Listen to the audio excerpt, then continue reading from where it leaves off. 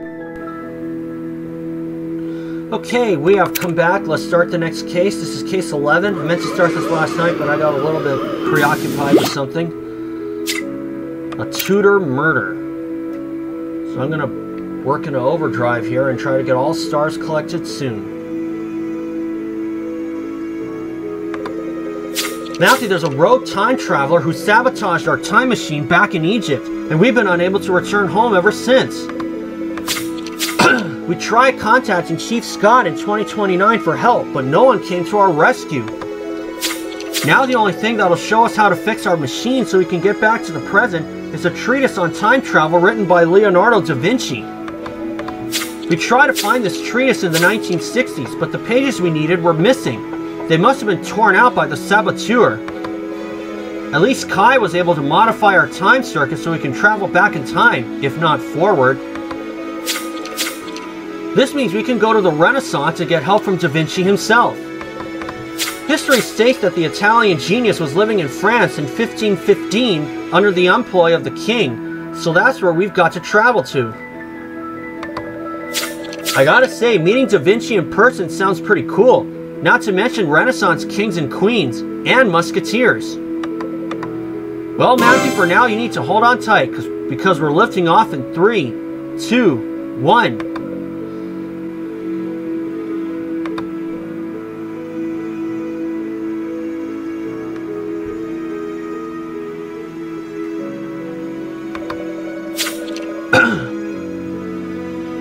Wow, Matthew, the air is so fresh in the Renaissance compared to the 1960s.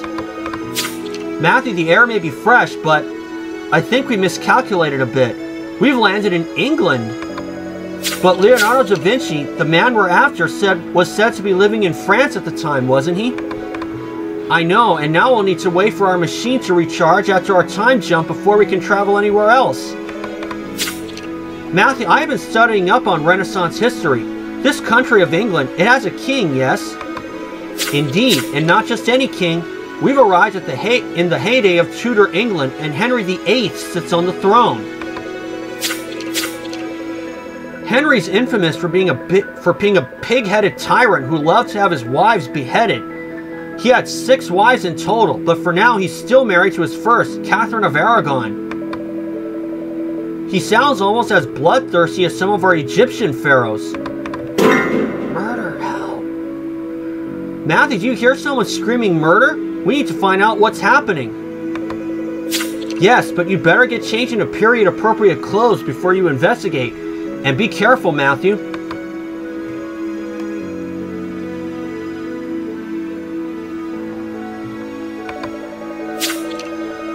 Matthew, Orlando's dressed us up as Swiss guards, peacekeepers of the Catholic Church.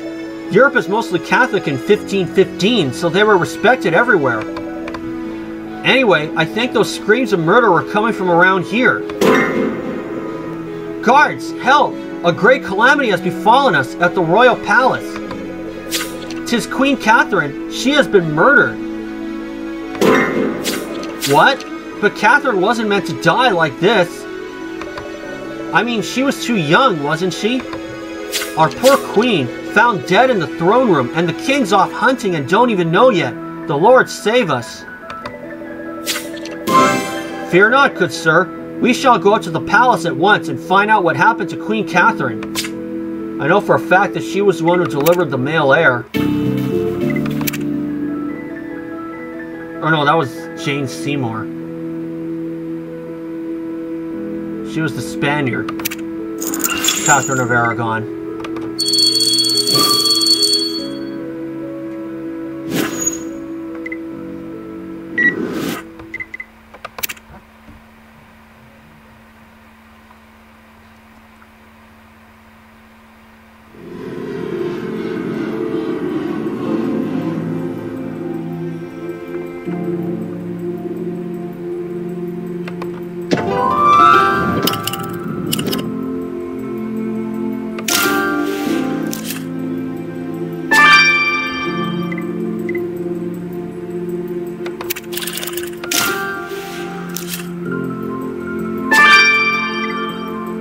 She is.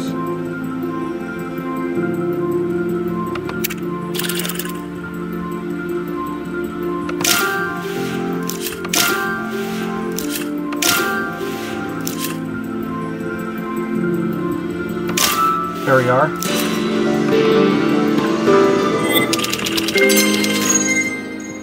I didn't think I was going to get the first star, but I did.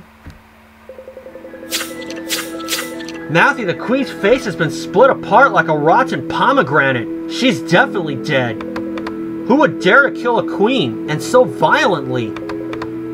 Matthew, it seems that dark deeds happen in the most opulent of palaces, no matter the time period. Let's get Catherine's body straight to Janice. And we're going to need leads if we're to solve this murder.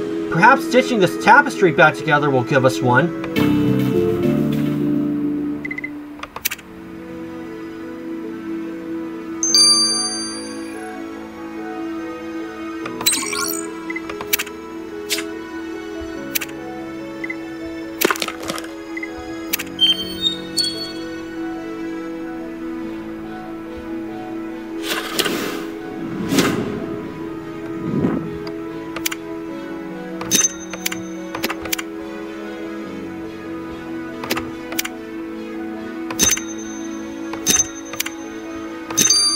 Got it.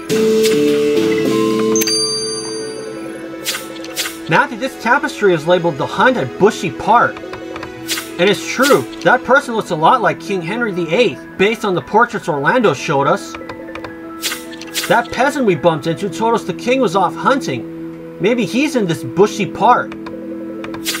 King Henry was known for getting his wives killed. Do you think he might have had something to do with the Queen's death? Whatever the case, we better find King Henry and break the bad news to him.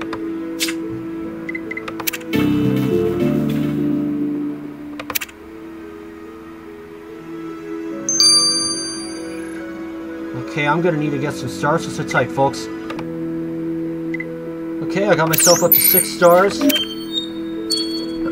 This might be enough for me anyway. Your Royal Highness, we... Blast! You just ruined one's perfect shot at a deer! Apologies, Your Grace, but we are here to inform you that the Queen is dead. She has been murdered. What? Who had the impertinence to kill one's queen? Granted, she wasn't the best wife. She couldn't even produce us a single male heir. Jane Seymour did that. And now we will have to prove one's innocence to one's subjects, lest they believe we did it. What a drag. Well, Your Majesty, we... Wait, you are Swiss guards, are you not? You are unbiased, and therefore the people will trust your judgment. One commands you to determine who murdered our wife. Your wish is our command, Your Majesty. Could you assist us by telling us the Queen's movements earlier today? Kathy was probably in grotty London feeding the destitute. She liked to frequent Houndsditch Passage, one particularly poverty-stricken street. Then we shall continue our investigation in Houndsditch Passage. We thank you for your help, Your Highness.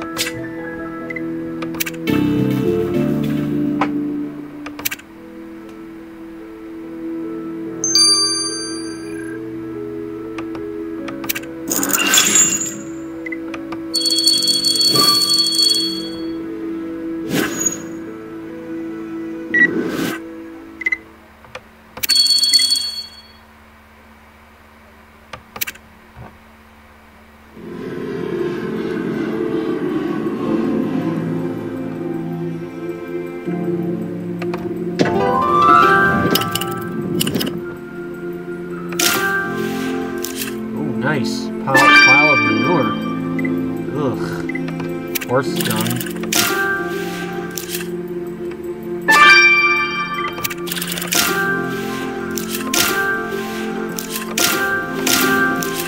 Okay, got it.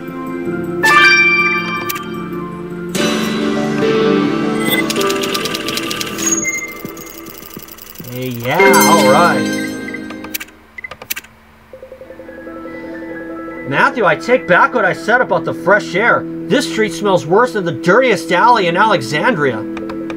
But look, you found a blood-stained handkerchief. Could this belong to our killer? Let's get a sample of the blood. And this piece of paper says, France Sea Tours on it. I remember reading that France and England were at war in 1515, although it doesn't seem to have affected life in London. In any case, we should dust this note regarding France to see what it's about. And do you really think we should pick through that stinky heap of horse dung? After you, Matthew.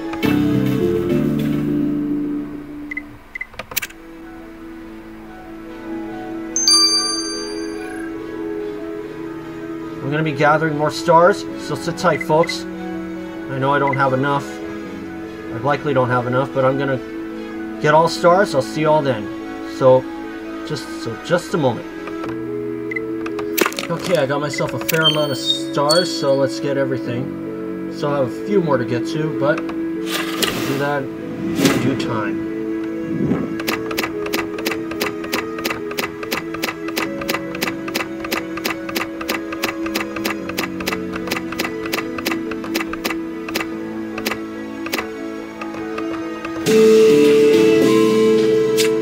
A necklace. The necklace you found in the horse dung looks very familiar, Matthew. We should see if there's any information about the necklace in this research Orlando provided about this era.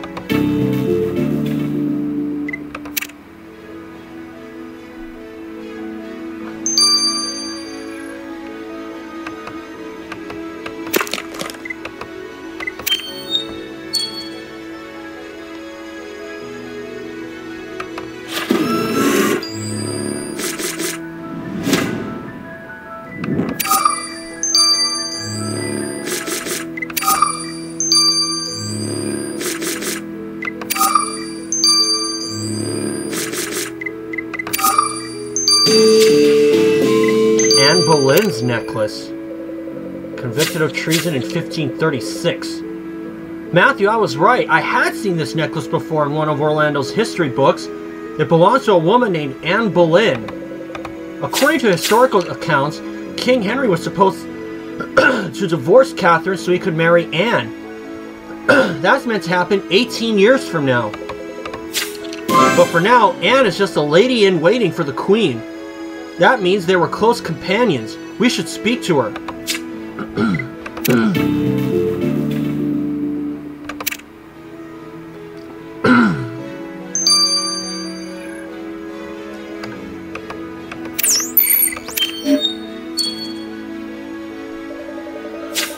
Lady Anne, we believe this necklace belongs to you. Give it here! This is my most treasured possession. Did you steal it?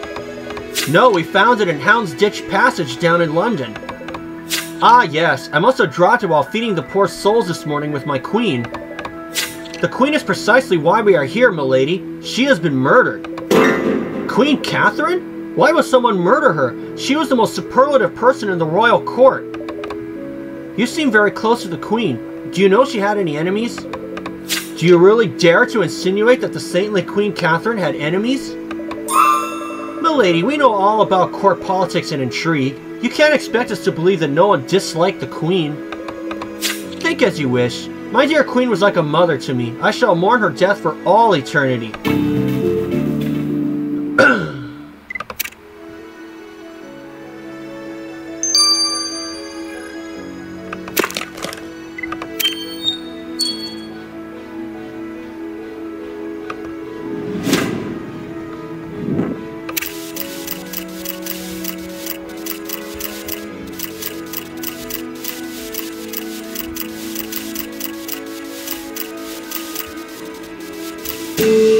Got it.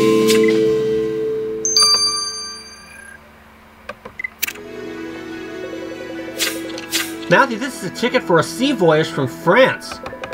The person traveling is a musketeer. Musketeer called Alexander Devereux. A musketeer is a soldier of the French royal household. That means this Mr. Devereux must be working for King Francis the First of France. There's a war between France and England, so what's a musketeer doing in enemy land just as the Queen is killed? We better find him and ask him.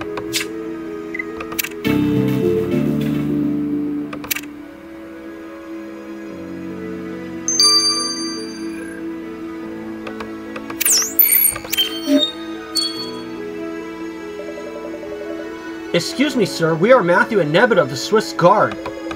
Enchanted Guard Matthew, a finer specimen of soldier I have yet to behold. How may I be of service? Mr. Devereux, we would like to know what a French musketeer is doing in London, especially on the day that we find the Queen of England murdered. Ah, yes. I heard about Catherine d'Aragon's tragic demise, but I had nothing to do with it, I promise you. I am simply in England on official business.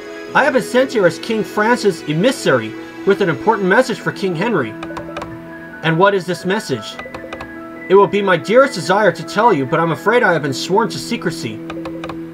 Otherwise, I remain your most willing servant, Guard Matthew. I've been taught.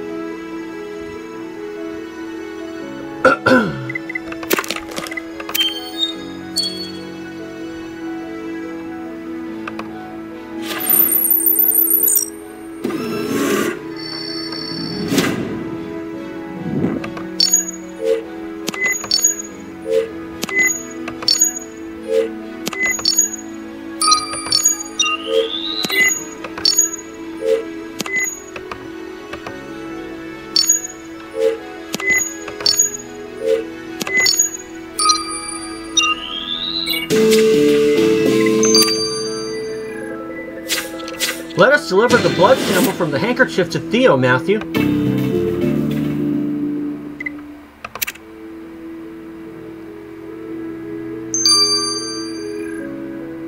3 hours. I'll see you guys then. So for now, this is Matthew. Catch you later.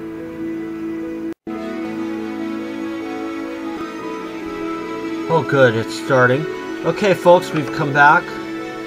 I know it's pretty hot outside where I am. Explains why I don't have a shirt on, but hey, let's... Wait, hold on. Okay, now we got it going. Hey Matthew, someone ate the last of my Captain Spaceboy cereal. You don't know anything about that, do you? I don't, Theo, but I'm sure whoever took it didn't do it on purpose. Yeah, I guess I'm just not used to sharing my kitchen with so many people. Anyway, you must be here about the sample from the blood-stained handkerchief you found on the street in London. First off, the blood is your victim's. So this handkerchief belongs to our killer, correct? We found it in Hound's Ditch Passage, which means they went to the street after the murder. Exactly. I suspect the killer used the handkerchief to wipe the victim's blood from their hands. Also, I found traces of polish that's used to clean lutes. Orlando said that Queen Catherine was famously tone-deaf, so it's your killer who plays this musical instrument. Matthew, our killer may know how to pluck a lute string, but we'll be the ones to pluck them out of hiding and straight to prison.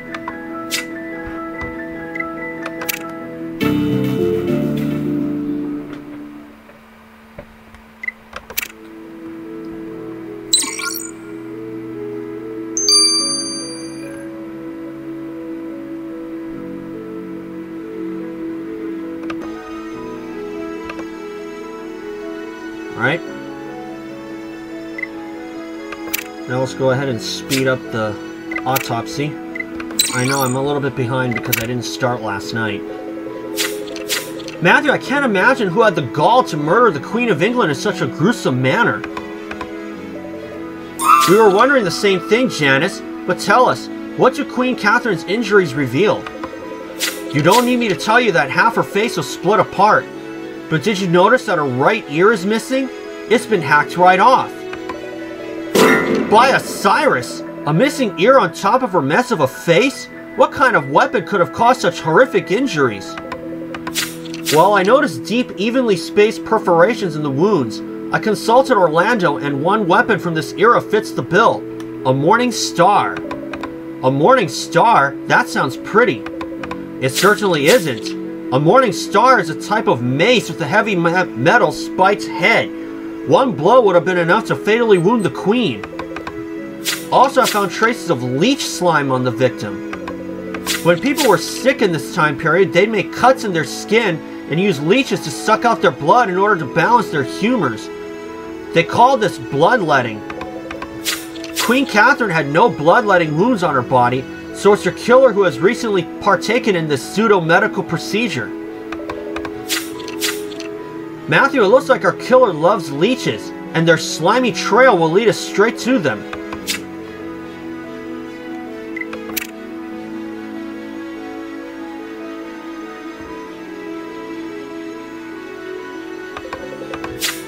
Matthew, we wanted to go to Renaissance France to seek out Leonardo da Vinci, but we ended up in England instead, on the day someone killed Queen Catherine. Since we're waiting for our time machine to recharge, we decided to investigate the murder. We spoke to the king and the victim's lady-in-waiting, who both seemed shocked to hear of the murder, but given that they ended up married in actual history, they are both rather suspect. We also crossed paths with a French musketeer, who says he is here to deliver an important secret message from the French king to the English one. Whether any of these people has something to do with the Queen's murder, we have yet to... Guards! Guards! Hello there? My sincere apologies for the interruption, good soldiers, but I heard you're in search of information about the Queen? If so, I'm your man.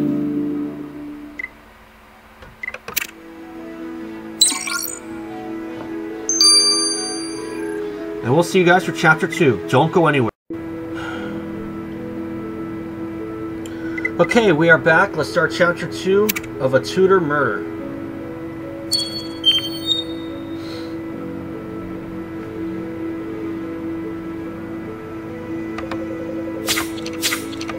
We last left off with someone telling us, this guy, Dudley. Hello, sir. Who might your name? Who might you be? Dudley's me name, and begging's me game. I heard you good soldiers are in search of information about the Queen, because a beggar like me sees more than you thinks. Alright, Dudley, please wait over there and guard Matthew will speak with you shortly.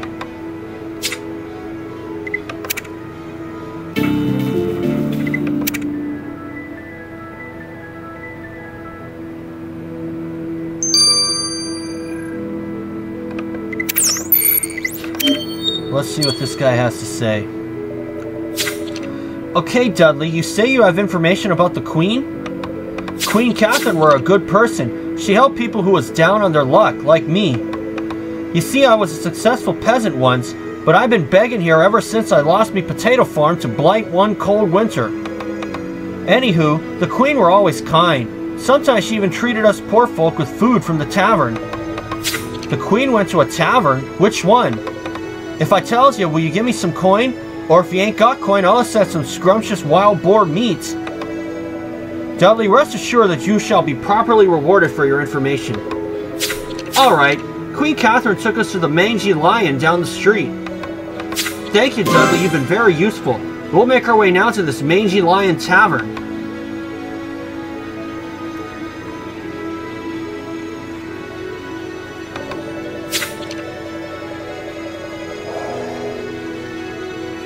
Matthew, this modest tavern doesn't look like the sort of establishment a queen would spend time in. Maybe traditions are different in London. Morning, soldiers. Agnes Manners at your service. You look hungry. How's about a pork pie and a pint of bitter to wash it down?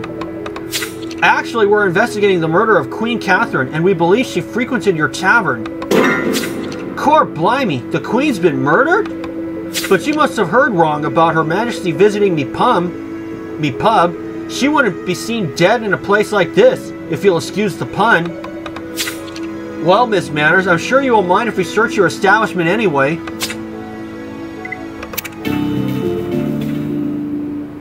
Moment, folks. Okay.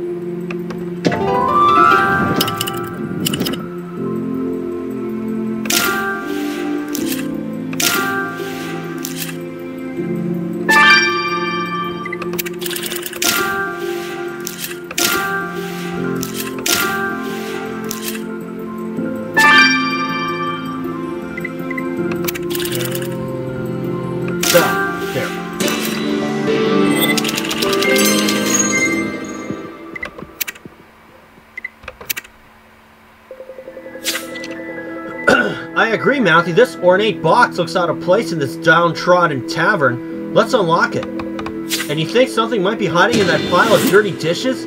Alright, let's sift through it.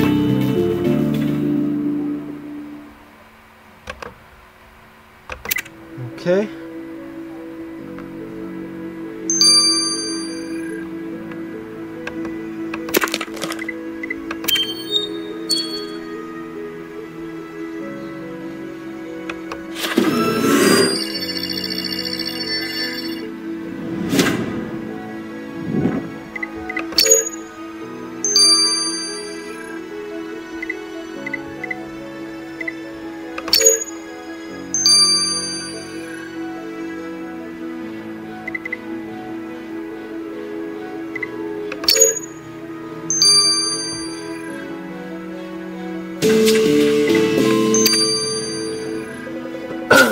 Matthew, that is one very expensive looking goblet in this box. And the inscription reads, "Property of the Queen of England." So Agnes Manners was lying. The Queen did come to this tavern and clearly used her own drinking vessel when she was here. Miss Manners had better have a good answer for why she hid the truth from us.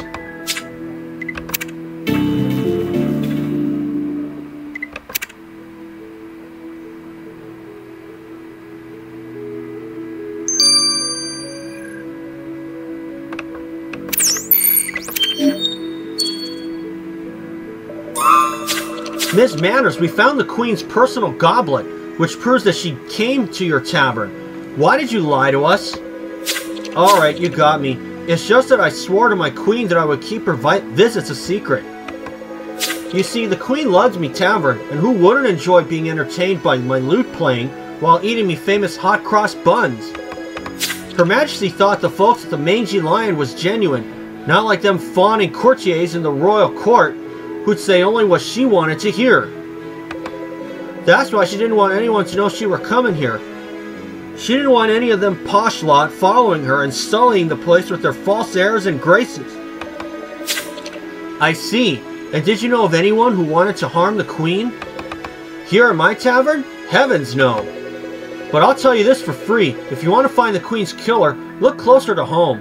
I bet it were that heirless husband of hers who done it.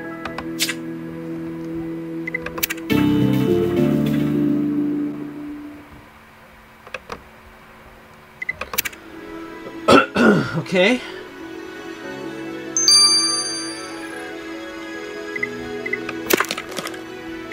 Now the dirty dishes.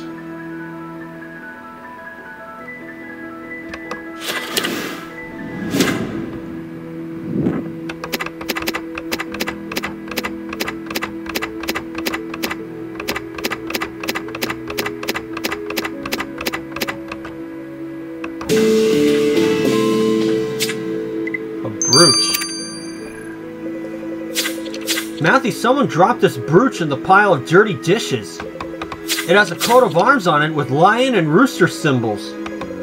Matthew, I don't know what these animals represent, but they do look royal, I agree. Does this mean the brooch could have something to do with the Queen or her murder?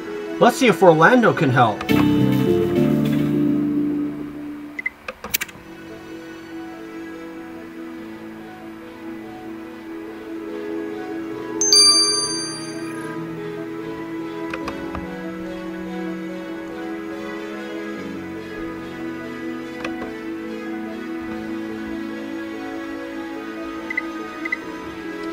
This is 12 hours.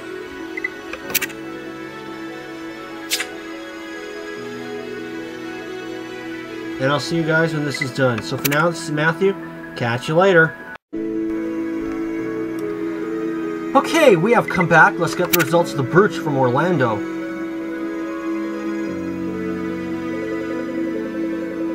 Matthew, I heard that one of your suspects is a beggar, which reminded me of my humble beginnings. You were poor once, Orlando? Like me? Oh, darling, I wasn't always the fabulously fashionable diva you see before you. At one time, I barely had a shirt to my name. But that's a story for another day. You're here to talk about the coat of arms on that brooch you found, and it belongs to the Entente Cordiale Society. The Entente what society? I've never heard of it. Nor have most people. In a nutshell, the society was a clandestine group of French rebels trying to bring about a truce between England and France. That's why they created a new coat of arms intertwining the French symbol, a rooster, and the English symbol, a lion. It just goes to show that not everyone supported the war, even if the royals in power were hungry for it. But if the group was French, how did this brooch end up in England? Haven't you met a French musketeer? Could the brooch belong to him? If it does, this could mean Mr. Devereux was conspiring against the King and Queen of England. We need another word with him, Matthew.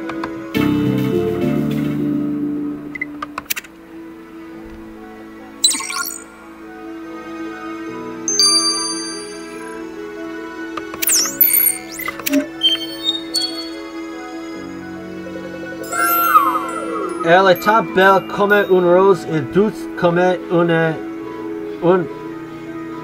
cirrhose. Ah, bonjour, guards. I was caught up in a reverie musicale. It helps me forget the painful sores from my recent bout of bloodletting. Well, we need you to get caught up in this Entente Cordiale brooch we found. We suspect it belongs to you.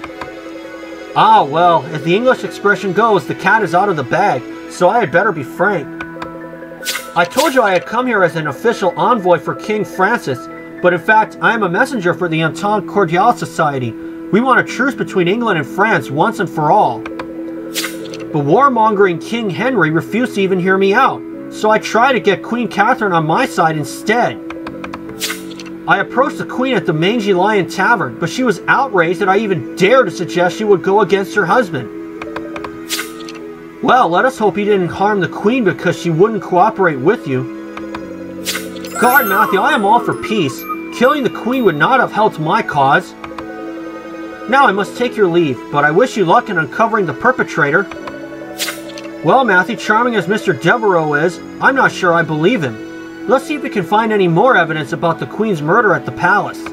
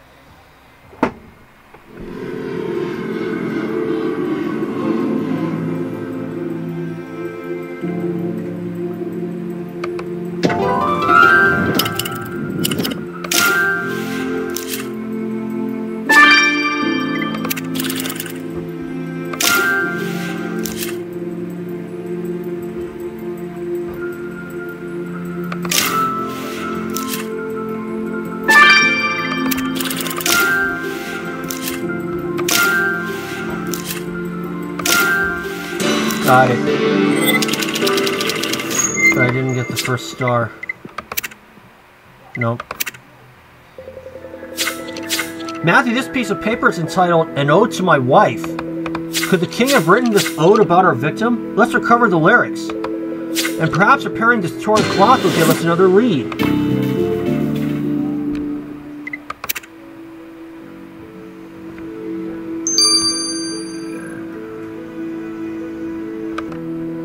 Okay, now I got myself 4 of the stars there, so I'm going to get everything now.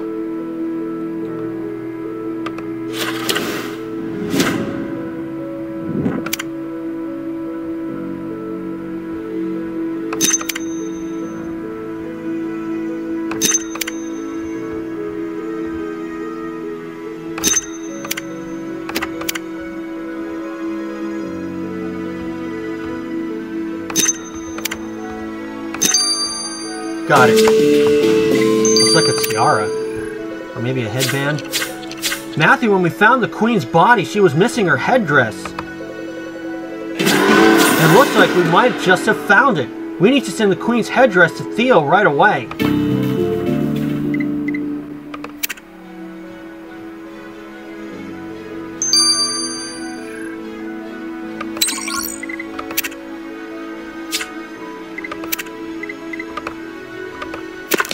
Okay, faded sheet.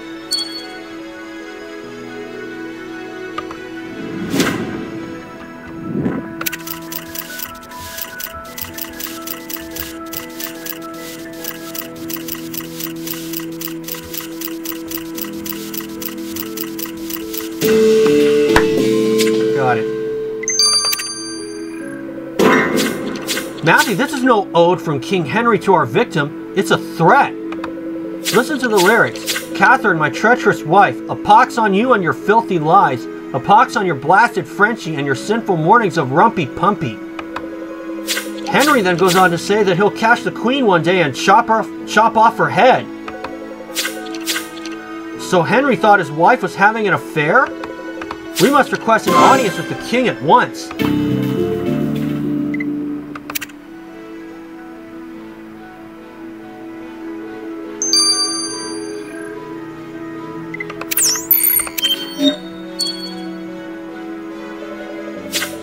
Your Majesty, we chanced upon one of your musical compositions. Ah, yes, one is an accomplished songsmith, in particular on one's lute. Your Grace, the lyrics you penned implied that you suspected Queen Catherine of adultery. Well, when one's spies reported that Catherine was meeting with a musketeer in a commoner's tavern, what was one supposed to think? One endured hours of bloodletting and writing angry verses to quell one's fury to no avail. Finally, one confronted Catherine, who convinced us that the musketeer was just a silly envoy spouting rubbish about peace talks. One should have known that one's wife would never have an affair with a garlic-breathed Frenchman of all people. So you had no reason to murder the queen. Watch what you say, Swiss guard, otherwise we shall have you beheaded for your treacherous accusation.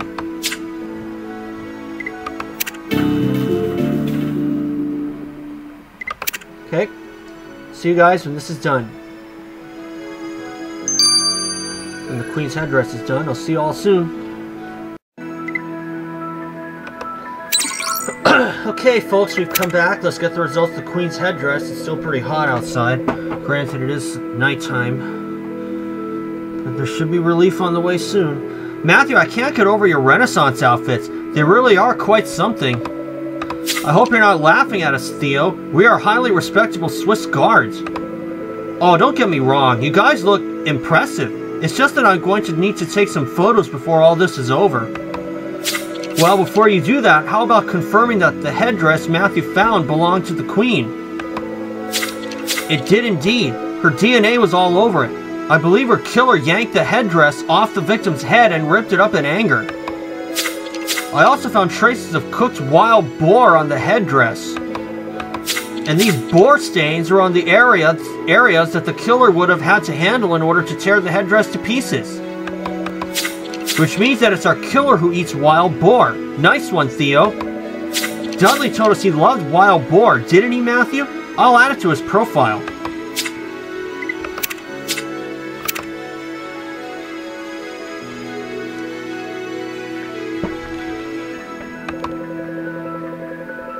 Matthew, the English court seems as full of politics and intrigue as any other royal household. Some things never change. We've now discovered that the French musketeer was trying to get the Queen to secretly help his cause of peace. But King Henry said that neither he nor Catherine was interested in a truce with France. I have to say I'm suspecting Henry more... Matthew, there's a large group of angry-looking people coming towards us. We want justice. We want blood. Off with Henry's head. Oh boy.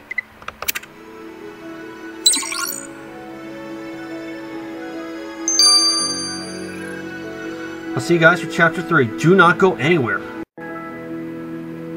Alright, we are back. And let's start chapter 3 of A Tudor Murder. We last left off with an angry crowd wanting King Henry's head on a silver platter.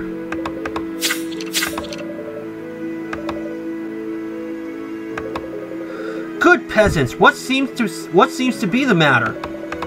Our queen's been murdered and we know it's King Henry who done her in. It's no wonder we're losing against the French with such a pig-headed brute on the throne. You people had better calm down, because if King Henry hears you, it'll be your heads on the chopping block. And rest assured that whoever murdered Queen Catherine will be facing justice very soon.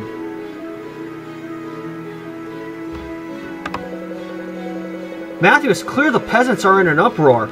We need to find the Queen's killer before we have an uprising and more potential deaths on our hands. We know that the Queen frequented the Mangy Lion Tavern, so let's look for more clues about her murder there.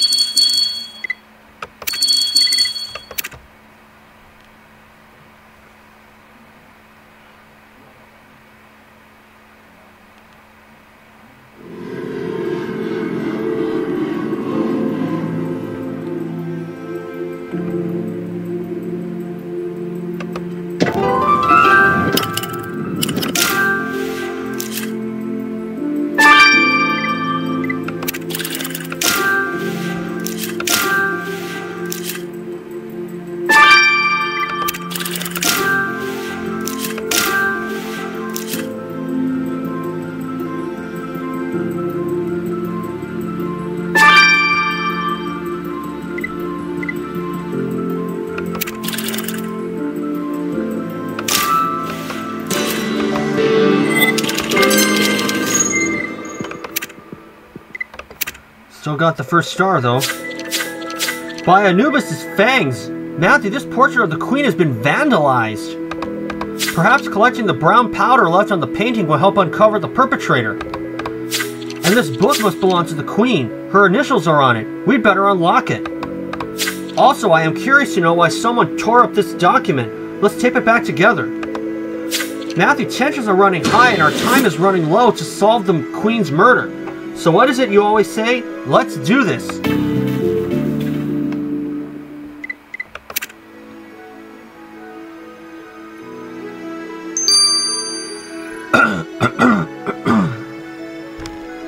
Gonna get me some more stars, so sit tight, folks.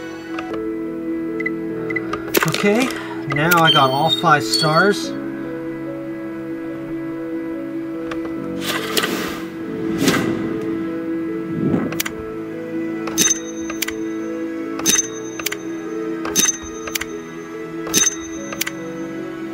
Punishment order.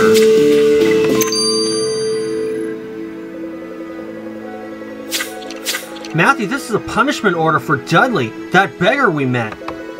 It says, Dudley of Houndsditch Passage has been sentenced to 2 days in the stocks. By order of the Queen of England. So the Queen wanted Dudley put in the stocks? What did Dudley do to warrant such a terrible punishment? We better ask him.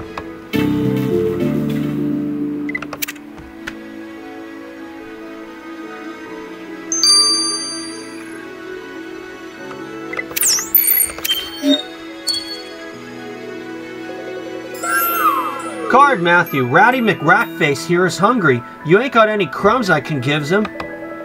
I'm afraid not, but we do have your punishment order. Why did the Queen want you put in the stocks? I ain't got the slightest. All I did was tell her my cunning plan to make my fortune. You see, begging's all right and all, but it was time for a career change, so I thought, why not offer advisement on peasant affairs to the Queen?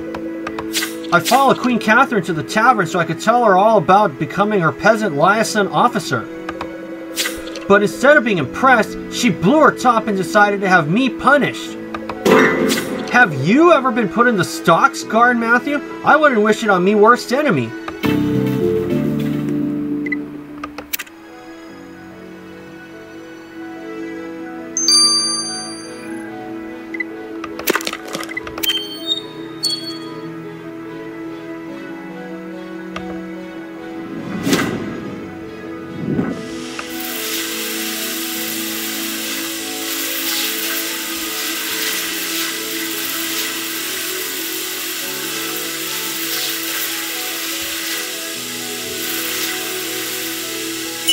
Got it.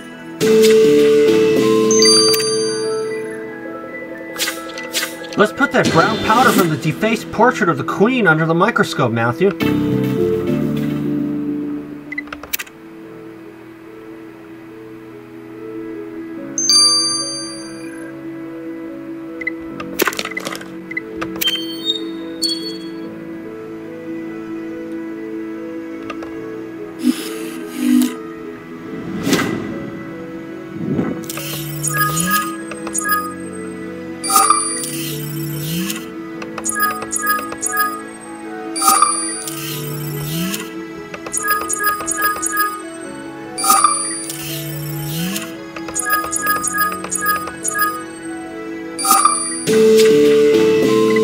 cross bun crumbs. Matthew, that powder we found on the vandalized portrait of the Queen was hot cross bun crumbs. Didn't that tavern owner mention making hot cross buns? So she was the one who defaced the painting? But Agnes Manners claims she loved Catherine. She better tell us the truth this time.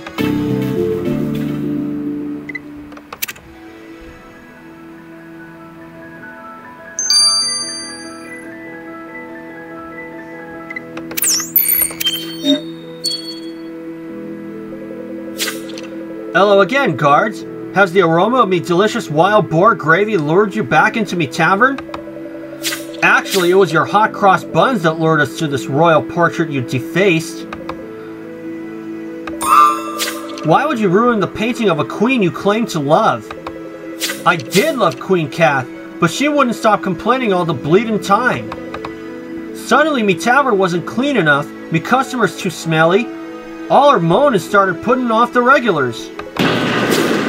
The last straw was the day she screamed at me to get me leeches out of her sight. That's when I disfigured her painting in a rage. No one bleed and asked the Queen to come to me tavern. We was doing fine without her. Ms. Manners, we hope for your sake that your rage didn't lead you to disfigure the Queen herself.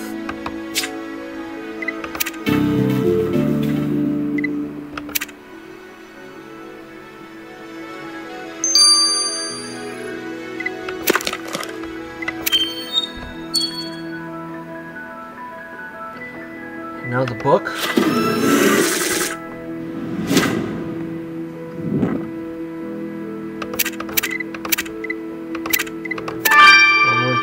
Three.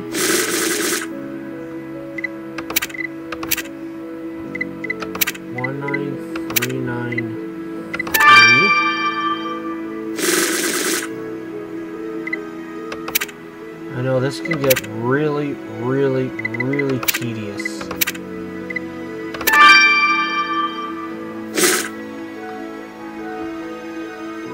Got it.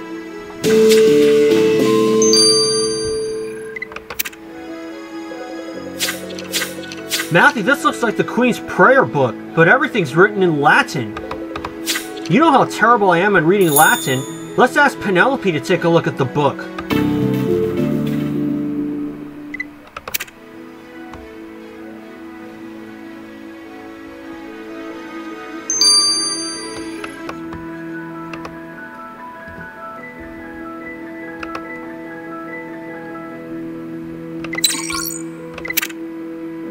Start that up, but we're going to go ahead and speed this up. Matthew, I heard you met an actual real-life musketeer. Is he dashing and brave and dreamy? Now that I think about it, he's definitely your type, Penelope. But we can talk about that later. For now, perhaps you could tell us about the Queen's prayer book. Oh yes, sorry about that. The most intriguing thing I found in the book was a passage. Proverbs chapter 23 verses 27 to 28 from the Bible. It translates as, "A harlot lies in wait like a robber and increases the unfaithful among husbands." What's interesting is that the Queen circled the word harlot and wrote Anne's name next to it. This must be referring to Anne Boleyn. Wait, so if I understand correctly, the Queen was implying that Anne Boleyn was a prostitute making husbands cheat on their wives? Yes, and history does tell us that Henry was going to leave the Queen for Anne, so there could be a legitimate reason for this slanderous comparison. Matthew, we need another conversation with Lady Anne. She was convicted of treason in 1536, as I said earlier.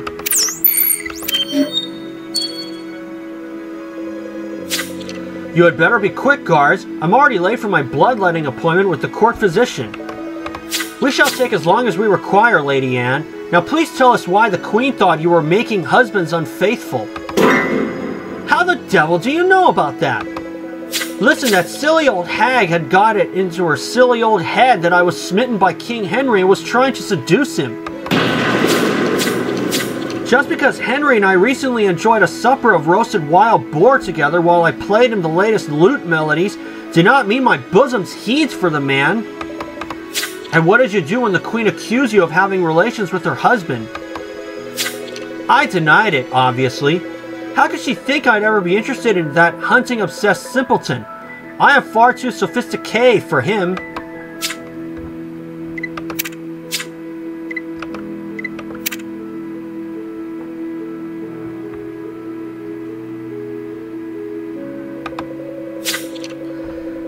Matthew, we thought that Queen Catherine liked to mingle with the lower classes by visiting taverns and talking to beggars. But actually, she wasn't as kind to them as it seemed. The Queen not only wanted Dudley put in the stocks after we tried to get her to employ him, but she also riled up Agnes Manners with her incessant complaints about her tavern. And she made enemies in her own palace too, including Anne Boleyn, who wasn't best pleased that Catherine suspected her of having carnal relations with the king. I agree that we're only a few steps away from uncovering who beat the Queen to death with a mace, so let's take one final look around the London street, Matthew.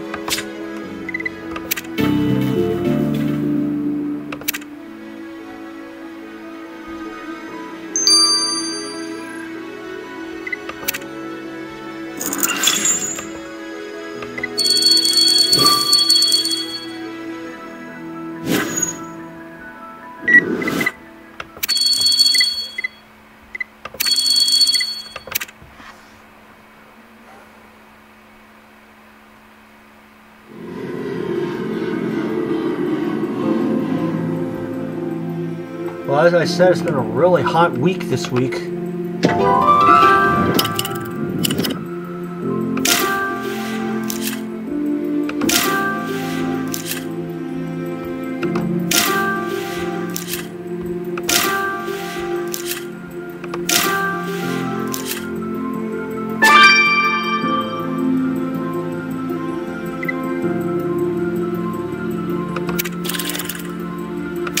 Got it.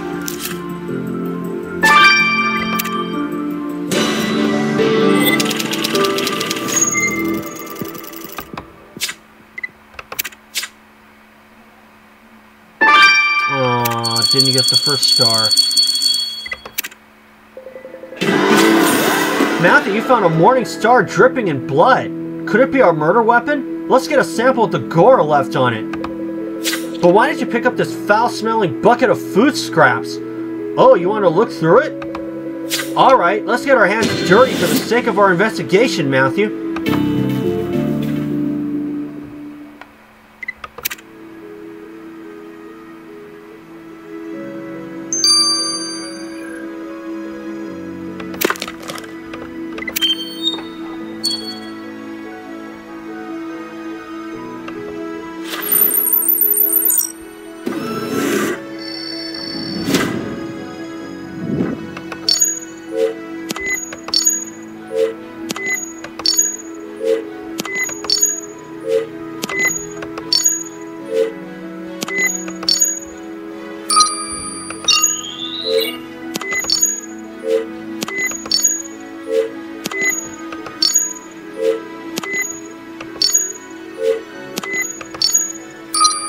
Got it.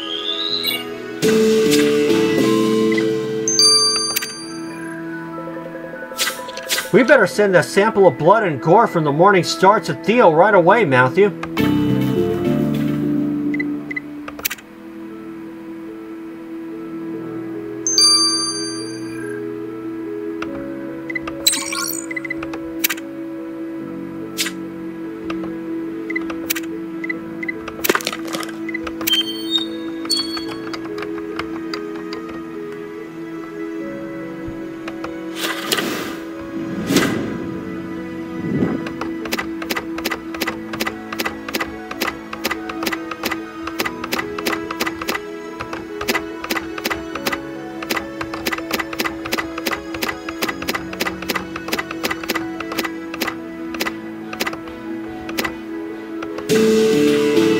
Oh my...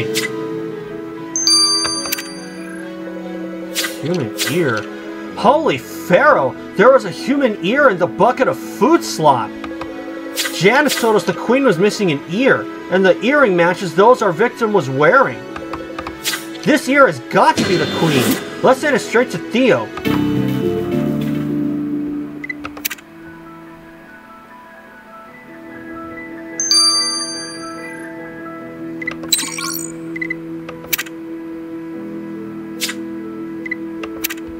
Okay.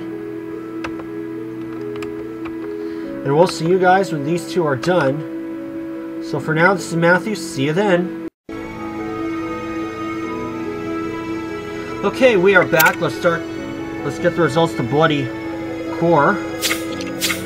Guess what, Matthew? The tutors are really into archery. So Zara wants me and Kai to join her in taking some lessons. But what she doesn't know is that my mom enrolled me in archery classes when I was 5. I'm practically William Tell. Well, then I'm sure that Zara's going to be suitably impressed with your skills, Theo. Now, maybe you can impress us too by telling us if the gore from the morning star Matthew found came from our victim. It did. That morning star is definitely your murder weapon. Excellent. And did the sample we sent you reveal anything about the killer? Well, as you know, your victim was blonde. However, I found strands of distinctly red hairs caught in the gore, which means your killer is a redhead. Matthew, our killer's face will be as red as their hair when we catch them.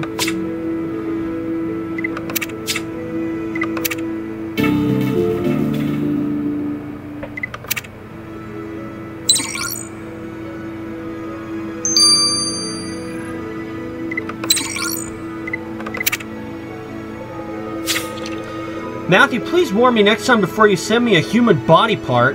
I haven't got the stomach for it like Janice does. Sorry, Theo, but I hope the Queen's severed ear gave us some useful evidence to catch her killer. It did. I found traces of an ointment on the ear, which I identified as a blend of apple cider vinegar, onions, and honey.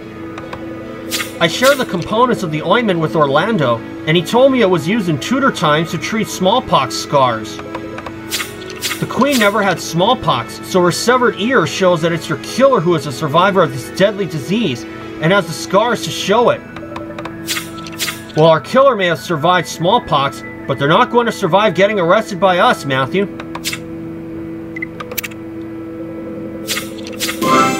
Matthew, we now have enough evidence to pinpoint Catherine of Aragon's face-bashing murderer, so let's go arrest our Queen killer.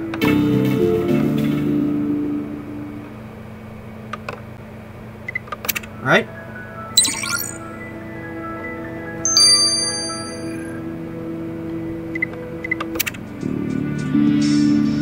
Okay, let's see.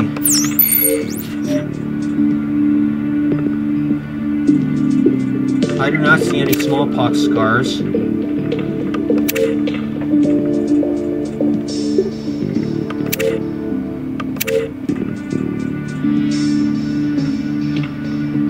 Wait a minute. Oh, it's not Anne Boleyn. She has blonde, or she's not a redhead.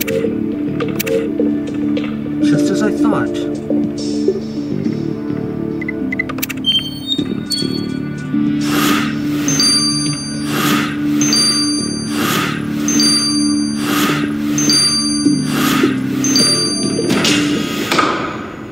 And I maintain perfection. Agnes Manners, you're under arrest for the murder of Queen Catherine of Aragon. Are you having a laugh? Ms. Manners, the facts are as clear as day. We found the morning star you used to destroy the Queen's face, and it was covered with your red hair. Oh, I know. I'm just a lowly tavern maid. It's easy to accuse the likes of me of murder. When you hit her, you ripped her right ear off. We discovered this ear in the street right outside your tavern. Care to explain how it got there? We also found the handkerchief you used to clean your hands of royal blood after you killed the Queen. But it wasn't able to clean away your guilt, was it? Oh, you got me, Guard Matthew. I murdered Her Majesty, but I did it for England's sake. How would killing the Queen help England? Because Catherine were a dirty traitor. She were having secret meetings with the French musketeer in me tavern, whispering about a truce and such nonsense. Guard Matthew, I lost 2 sons at the hands of French soldiers, and she was talking about forgiving them. My dead sons deserved more respect from their queen is what I told her when I made me hot cross bun delivery to the palace this morning. And then I just knew what to do. I grabbed a morning star that were lying in the throne room and bashed her with it. Before dying, she denied plotting with that Frenchie, but I knew it were all lies. She were going to betray my boys who died for their country. In actual fact, the queen was not lying. She rejected the truce offer, so you killed her for nothing, and you'll have to explain that to the king. No! Anyone but King Henry.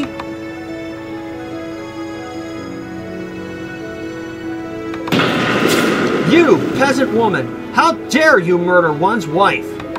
Only one person in the land has the right to have a queen murdered, and it is I, King Henry.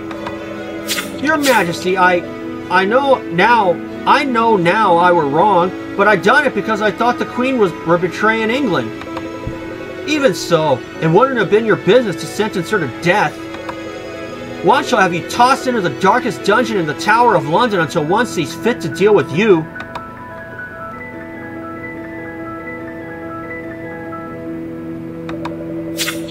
Matthew, I thought Cleopatra was bad, but King Henry is an even bigger tyrant. Yes, and considering Agnes killed the Queen of England, I worry the king won't show much mercy. These are dangerous times, Matthew, and we must keep our wits about us if we're to survive. You're not wrong, Nebbit, and what's more, the Queen's untimely death shows that history continues to be derailed. In any case, Matthew, we came to the Renaissance to track down Leonardo da Vinci and fix our machine. So let's find him as fast as we can.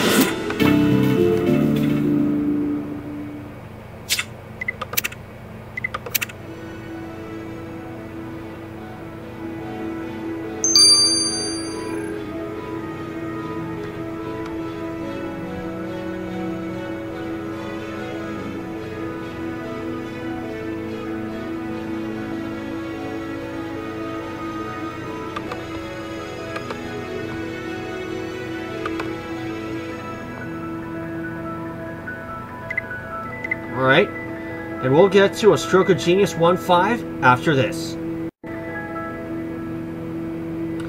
Okay, we are back. Let's start A Stroke of Genius 1.5. Matthew, we've entered the 1500s with a bang. Yeah, not much tops solving the murder of the Queen of England. Nice work, Matthew. And I must also say that Nebbit has once again proved herself to be an awesome partner. She's learned so much I sometimes forget she hasn't always been with us. So let's not forget the reason we came to the Renaissance, to find Leonardo da Vinci. He's the only one who can help us repair our time machine and fix the mess the time-traveling saboteur made of it. Da Vinci is supposed to be in France under the employ of King Francis I. But with the continuous glitches in history, such as Queen Catherine dying early, who knows whether this is still the case. You know what? That French musketeer Matthew met also works for Francis I. Surely he must know Da Vinci's whereabouts. About that, Amy, I've read so many books about musketeers, and I've always wanted to meet one in real life. And I've been cooped up in this tiny time machine for just ages. Please, can I go with Matthew to speak to Monsieur Devereaux? Alright, Penelope, I'm sure a bit of fresh air will do you good. Also, Matthew, Nebbit asked to have a word with the two of us. So you decide who you'd like to talk to first, Nebbit or the Musketeer.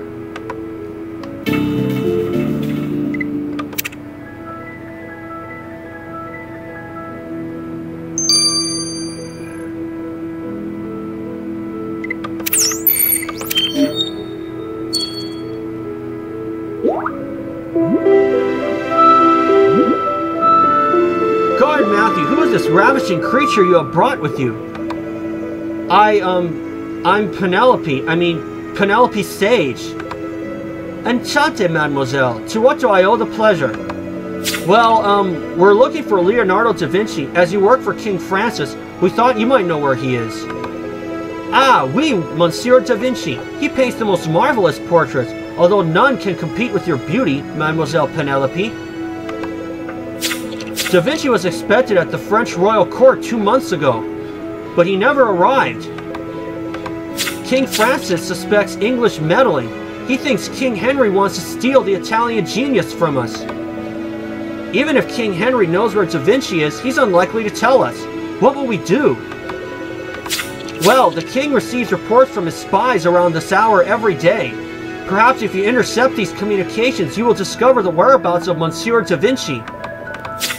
Oh, this is highly useful. We shall go and search the king's palace for this information. Thank you, Mr. Devereaux. Please, call me Alexander.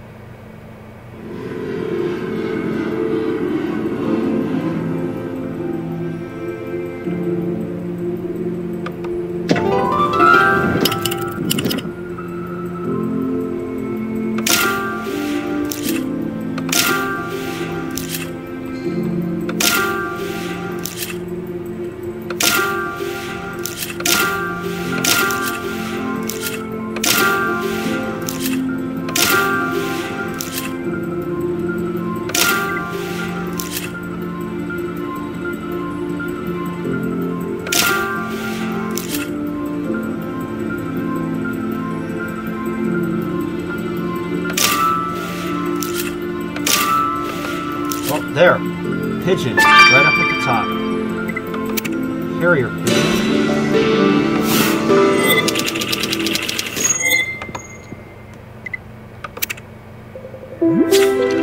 Goodness me, Matthew. That musketeer was more dashing and handsome than in even my wildest dreams. Sorry, here I am wittering on while you're over there dealing with a live pigeon. Oh, I see. It's a carrier pigeon, and it has a note attached to it. Let's unroll it. The message looks like a code of some sort. Could it be secret intelligence for King Henry about Leonardo da Vinci? Let's recover the rest of the message.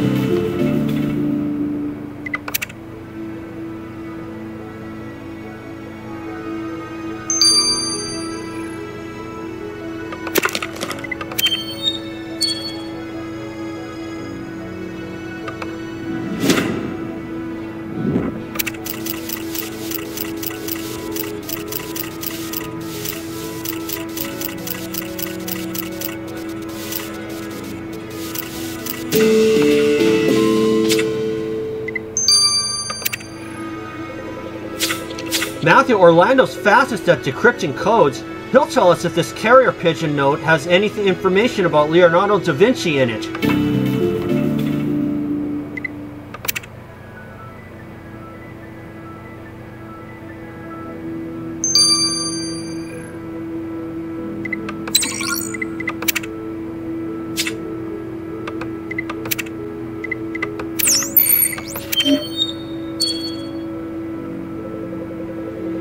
Matthew, Amy, I've just been in our pantry and we're running really low on food. Nebbit, I admire how dedicated you are to both our investigations as well as the welfare of the team. You've really become an invaluable asset to us. And you're right, with all the drama involving the saboteur and getting back home, we really haven't been looking after ourselves, have we? Yes, but I noticed plenty of provisions in the Mangy Lion Tavern. Matthew and I should go back there and stock up on everything we need. The only thing is we haven't got any money to pay for them. That's a great idea. As for money, take these English sovereigns to pay for whatever food you take from the tavern.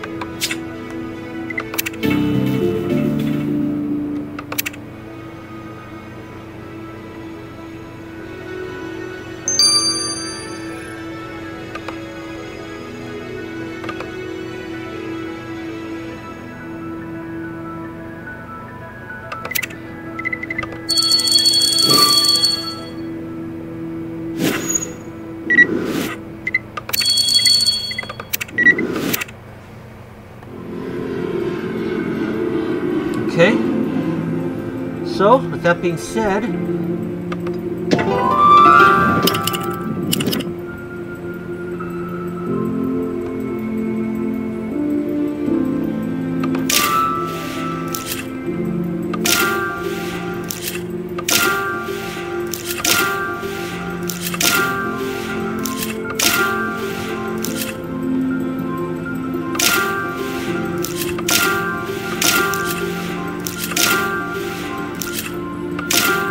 There we are. Lock the cabinet. And finally, the sword. Got it. We should be good to go. Matthew, this cupboard's labeled victuals. I looked it up and it's an old English word for food. Let's unlock the cupboard and see what delicious treats lie inside.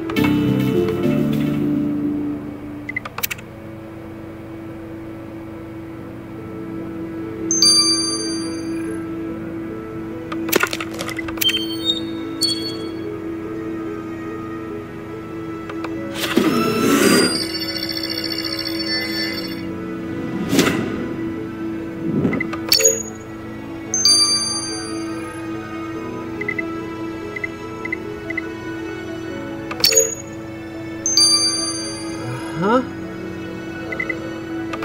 There we are. That should do.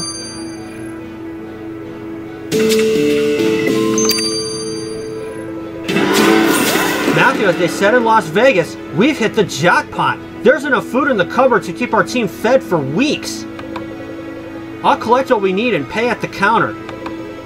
After that, Janice has a special recipe she wants to show me. So why don't you meet us in a few hours and we'll have cooked up a surprise for you.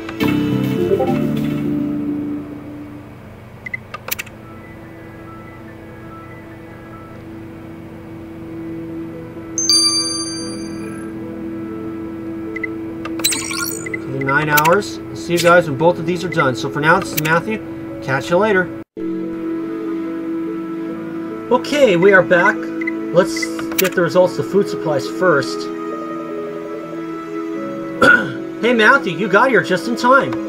You see, we realized everyone's been feeling a little homesick recently, so Nevin and I decided to use the ingredients you picked up from the tavern and prepare you a good old American apple pie.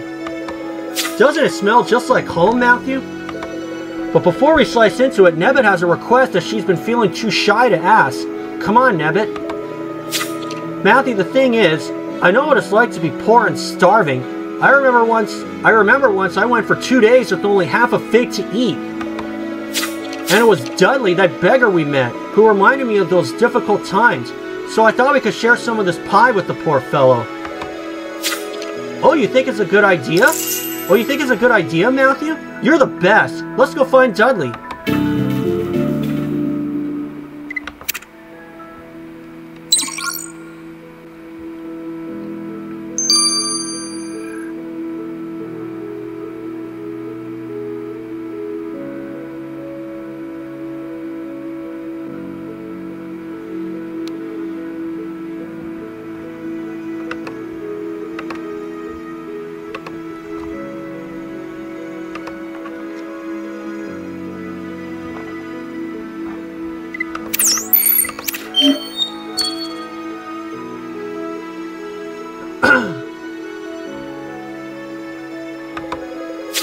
Okay, Matthew, we're on the street where Dudley begs, but I don't see him anywhere. Help. His apple pie is going to get cold. Help! Matthew, isn't that Dudley's voice? He's shouting for help. Let's follow his voice and find him. Have mercy on poor Dudders. Help! Dudley, what's going on? Why are you in the stocks? Oh, guards, the queen might be dead, but they still executed her punishment order. People have been pelting me with rotten eggs all day. Woe is me. Don't worry, Dudley, we're going to get you out of these stocks. If only we could find the key to unlock them. Well, the nasty soldier who locked me up went into the Mangy Lion Tavern, probably to get drunk. Maybe he'll find the key in there. Alright, Dudley, we'll search the tavern for the key. And after that, we'll have a delicious treat for you. We could all do with some food.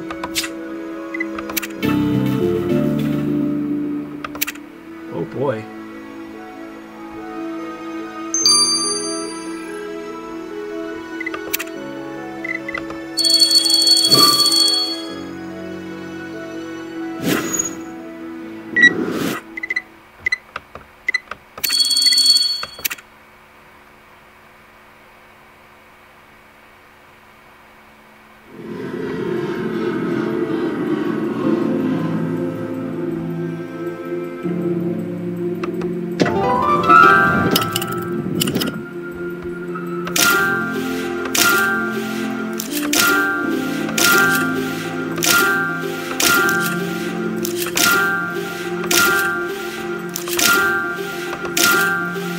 Got it.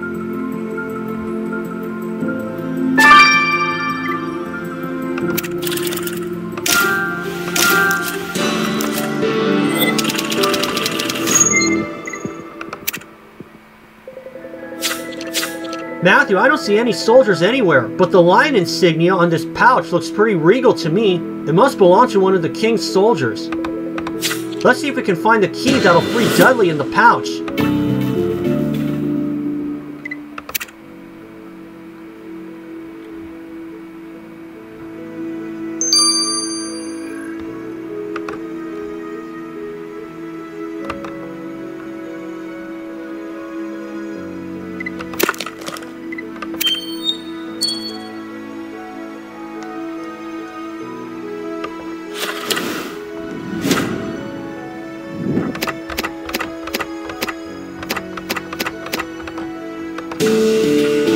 Here it is. Our hunch was right, Matthew. There was a key in the soldier's pouch. Could it be the key that'll unlock poor Dudley from the stocks? Let's find out.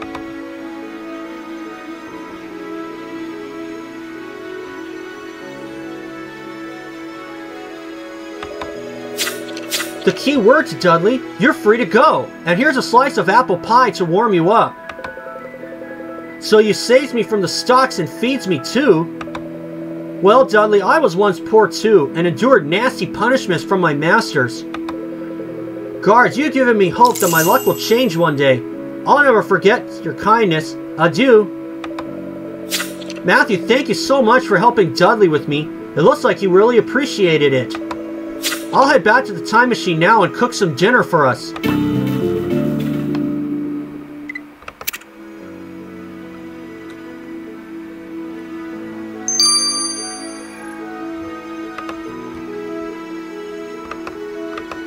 We did a nice thing.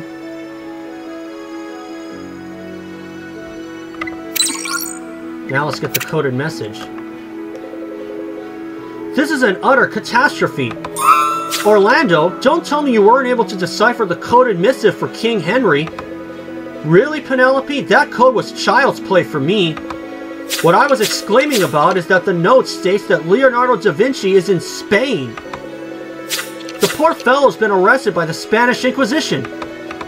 The Spanish Inquisition? Wasn't that a Catholic tribunal which prosecuted people they suspected of heresy and witchcraft? Yes, the Spanish Inquisition was known for using violent measures, including torture, to get prisoners to confess. So if they've arrested Da Vinci, it means he could be in real danger. With history changing so much, we can't trust that he'll survive.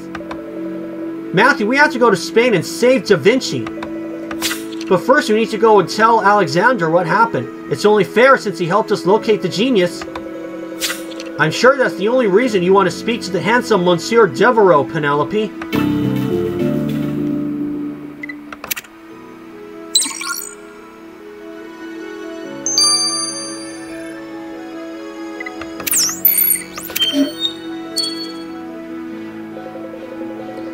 Ah, la belle Penelope. I knew fate would bring us together once again. Alexander, I'm afraid I come with bad news. It's Leonardo da Vinci. He's been arrested by the Spanish Inquisition. Quel horror! Nobody expected the Spanish Inquisition to be behind Da Vinci's disappearance. And we French have no authority whatsoever in Spain, so I will not even be able to save him. But we Swiss guards do have authority all over Europe. Guard Matthew and I will go to Spain and rescue the genius. Ah, but you are as courageous as you are beautiful, mademoiselle.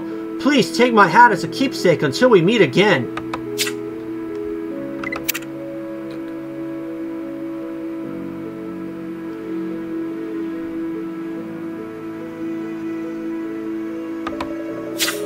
Matthew, I know it's silly, but I really hope I get to see Alexander again.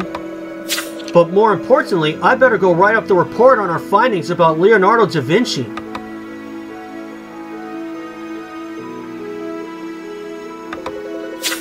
Nebbit, what a great idea you had stocking up our larder and baking us an apple pie.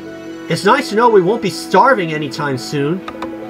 And everyone's been a bit on edge lately, so it's even lovelier to see you taking care of us. It is my pleasure, Amy, and I'm pleased we were able to find that beggar Dudley and save him from spending the night in the stocks. Yes, but I'm afraid we have a more pressing issue at hand. Penelope told me about Leonardo da Vinci being arrested by the Spanish Inquisition on suspicion of heresy. He's probably being interrogated or even tortured as we speak.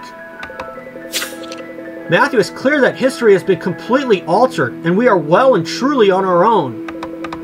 But whatever the case, we've got to save Da Vinci from the hands of these people for his own sake, and not just so he can help us fix our time machine. Matthew, we're going to Renaissance Spain.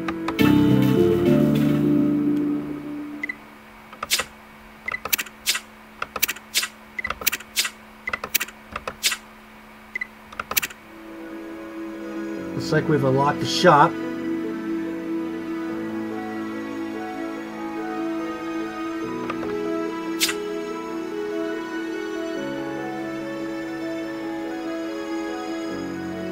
Cow, Greyhound, and Falcon.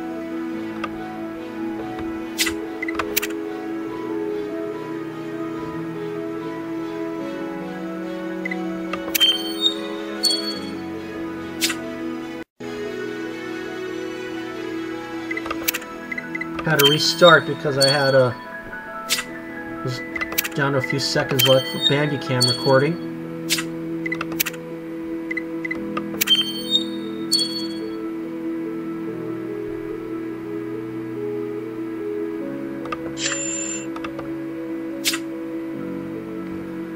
May 29th.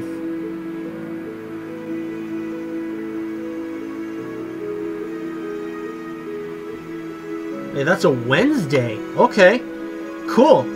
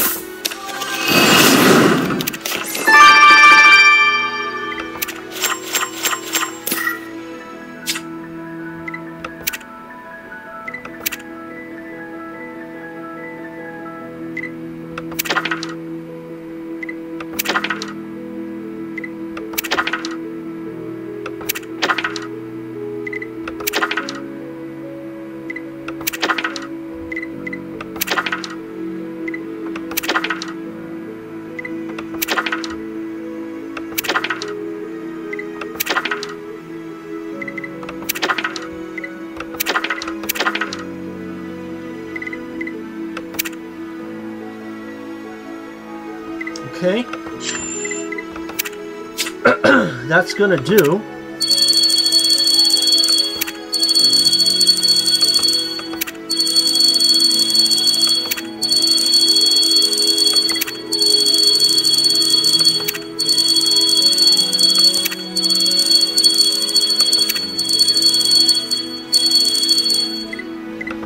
And I'll see you guys on May 29th. So for now, this is Matthew. See you soon.